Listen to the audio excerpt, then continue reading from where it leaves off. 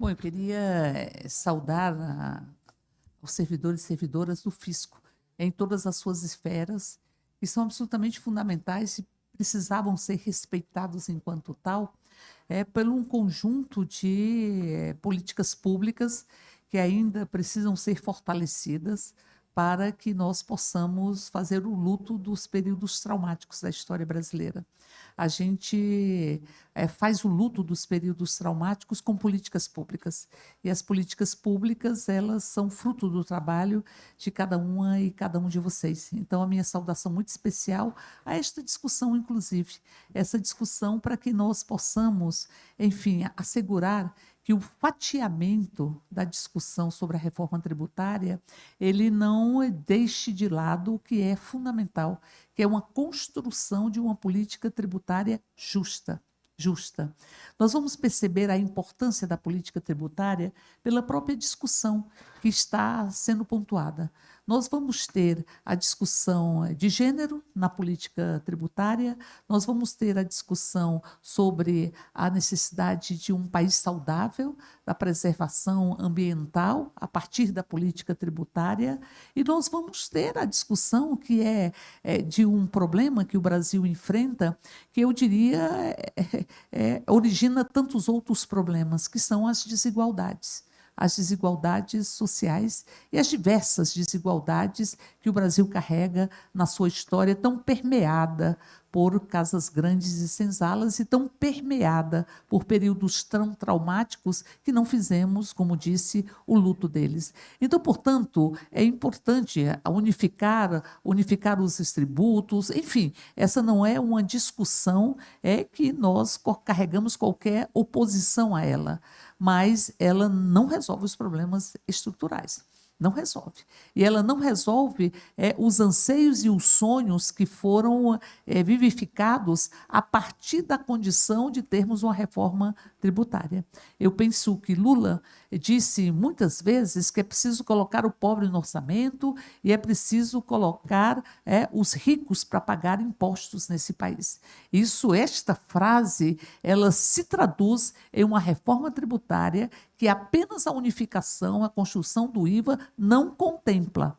Não contempla. Então, por isso, é muito importante que nós não fiquemos na discussão fatiada, porque toda essa dimensão de segmentos que está discutindo a reforma tributária, ela e que quer fazer, que quer opinar sobre a reforma tributária, é uma discussão que mostra o caráter absolutamente estruturante. Porque aí nós estamos falando de se nós vamos isentar o consumo, mas é preciso isentar o consumo responsabilizando e taxando quem vivenciou uma não taxação como um privilégio que reafirma as próprias desigualdades deste país. Então, quando nós falamos de patrimônio, de taxar o patrimônio, de taxar as grandes fortunas, de taxar lucros e dividendos, enfim, são tantos instrumentos que se tem para que você possa fazer valer aquilo que foi dito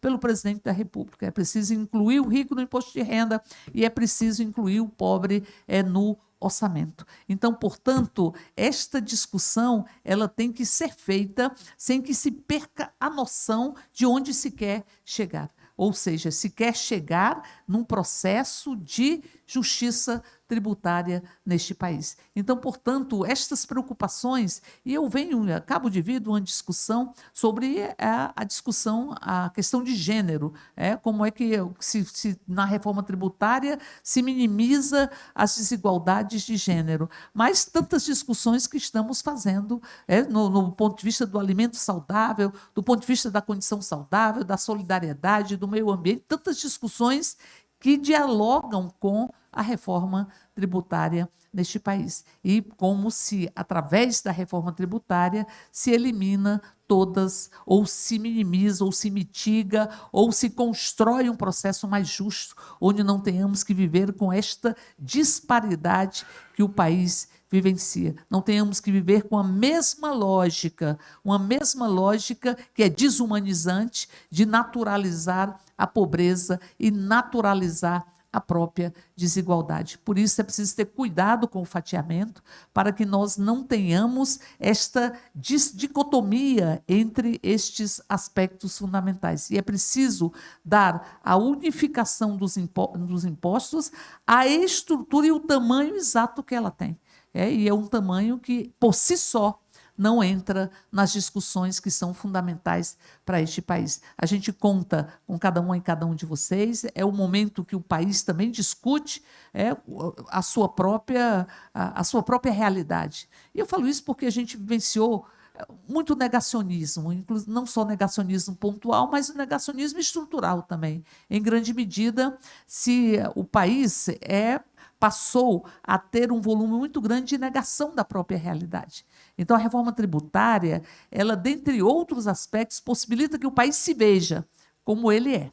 E a partir das discussões que vocês desenvolvem todos os dias. O país se veja as suas injustiças, veja as suas desigualdades e possa se repensar a partir da necessidade de retomar as estruturas que são estruturas que fazem com que nós tenhamos centros e uma centralidade na construção de uma sociedade mais igualitária. Penso que são os desafios que estão postos e nós queremos, portanto, terminar como começamos, saudando a existência e o trabalho de cada uma e cada um de vocês, que trabalham na perspectiva de que nós possamos ter um país onde tenhamos políticas públicas que passa, inegavelmente, por uma mudança no modelo tributário. Ele não pode reafirmar as desigualdades, ele não pode consolidar as desigualdades, ele tem que enfrentar as desigualdades. E quando nós falamos de a política tributária, nós estamos falando dos recursos necessários para que tenhamos uma políticas públicas de qualidade. E, por fim, dizer que nós temos que ter uma grande preocupação para que o fisco seja, em todas as suas etapas, público.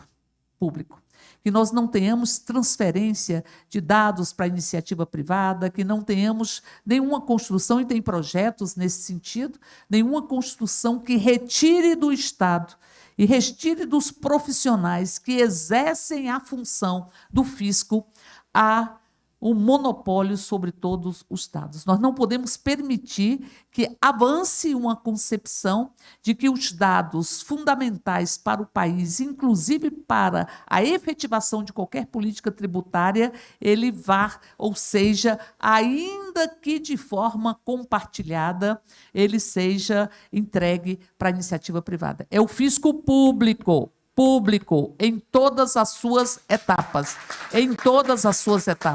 O fisco público, porque o fisco é fundamental para o exercício do que é público e para as próprias políticas públicas, por uma reforma tributária que reafirme a lógica pública do próprio fisco em todas as suas etapas. E falo isso porque sei o que nós estamos enfrentando aqui. Sei o que nós estamos enfrentando aqui no parlamento. E sei como há todos os dias, digamos, alguém nas esquinas da vida ou nas esquinas das estruturas do Poder Legislativo com o dedo em riste contra os direitos do conjunto da população. Portanto, é fisco público em todas as suas esferas e uma reforma tributária que não se resuma à unificação dos impostos e que o fatiamento não acabe por fazer com que não tenhamos a taxação das fortunas, enfim, a taxação das heranças, de lucros e dividendos e tantos aspectos que estão colocados. Eu me calo de novo com a frase de Lula: é pobre no orçamento e rico no imposto de renda. E, para isso, é fisco público.